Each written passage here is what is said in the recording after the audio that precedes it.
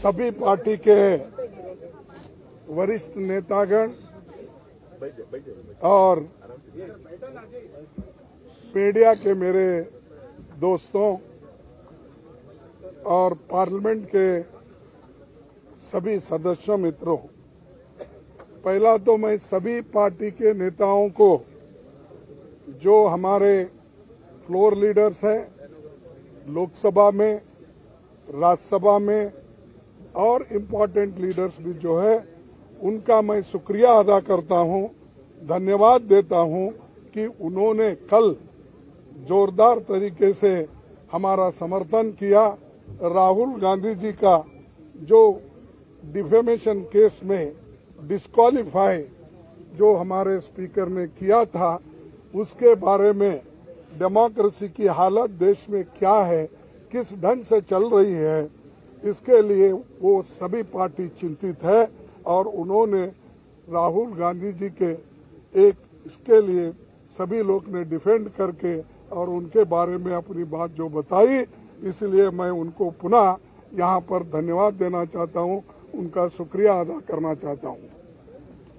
भाइयों, दूसरी चीज ये है कि आज हम काले कपड़े के ड्रेस में क्यों आए कि ये नहीं कि किसी को बताने के लिए नहीं, हम ये दिखाना चाहते हैं कि इस देश में डेमोक्रेसी को मोदी जी एक एक करके खत्म कर रहे हैं। एक तो पहले ऑटोनोमस बॉडीज को खत्म करते हुए आए, दूसरी तरह जो कानूनी तहत लोग चुनाव में जीत के आए, उनको डरा धमका के उन्होंने हर जगह अपनी सरकार बनाने में गए। तीसरी बात, जो लोग झुकते नहीं, उनको झुकाने के लिए ईडी का इस्तेमाल, सीबीआई का इस्तेमाल उन्होंने किया और कर रहे हैं भी, और हर एक चीज को ऑथेंटिसिटी पूछते हैं पार्लियामेंट में और राज्यसभा में। और जो ऑथेंटिक तरीके से हमने ये कहा कि देखिए, ये जेपीसी का मामला है, सभी लोग डिमांड कर रहे हैं, जो व्यक्ति अदानी जिसकी संपत्ति पहले 3,000 करोड़ थी, उसके बाद उसकी संपत्ति 50,000 करोड़ बन गई, फिर उसके बाद उसकी संपत्ति 2 लाख करोड़ बन गई, लेकिन 2.5 साल में उसकी संपत्ति 12 लाख करोड़ बन गई। ये कैसा बना? इसके लिए राहुल गांधी जी ने पार्लियामेंट में चंद प्रश्न पूछे। पहला प्रश्न तो ये पूछा कि मोदी जी, अदानी के प्लान में आप आए थे, ये आपके और उनके रिश्ते क्या है? दूसरा प्रश्न इनका था कि जो अदानी इतना छोटा इंडस्ट्रियलिस्ट है, उसको इतना बड़ा आपने किया, इसका कारण क्या है? और तीसरा, आप फॉरेन कंट्रीज जब जा रहे हैं, दूसरे मुल्कों पे जब जाते हैं, उनको प्लेन में लेके जाते हैं, कितने बार लेके गए? चौथा प्रश्न ये था कि आप जहां जहां जाते हो, उसी वक्त वो भी वहां पर आके मिलते हैं, उसका कारण क्या है?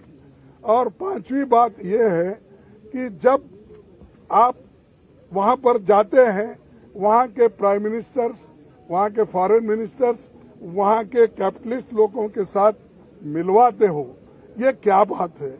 इन चीजों को आप उत्तर दे दो।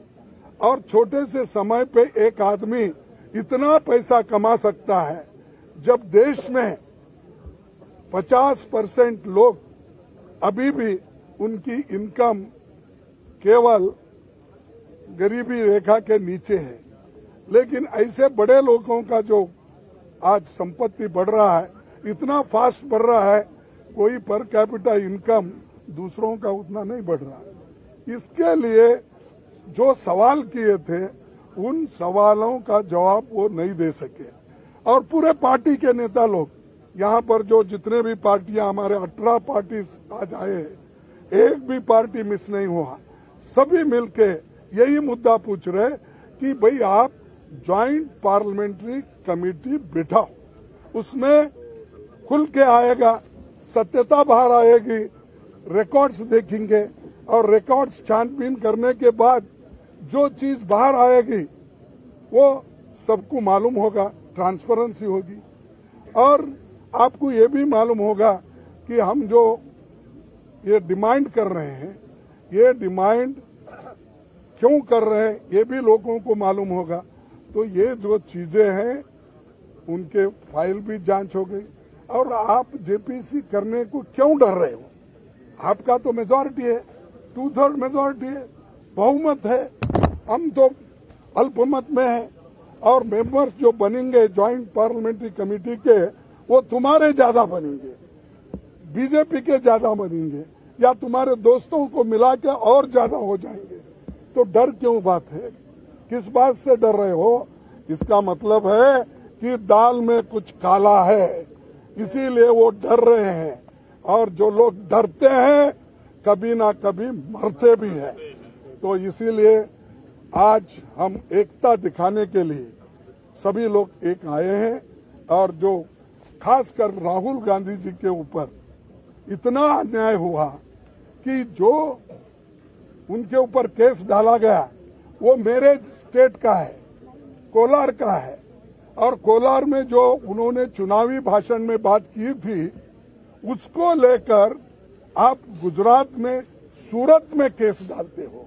अरे the offence occurred at Kolar in Karnataka, but you have registered the case in Surat, outside the jurisdiction, and Gujarat. क्यों? Because you wanted the favorable government. There is a Gujarat government, and you want to use the police. You want to use, I can't say judiciary, but you want to use for your purpose to defame Rahul Gandhi ji. That's why you people transferred the case there. Therefore, I am telling, ये कुछ सांठ गांठ दोनों की है। वो सांठ गांठ क्या है ये बाहर आएगा।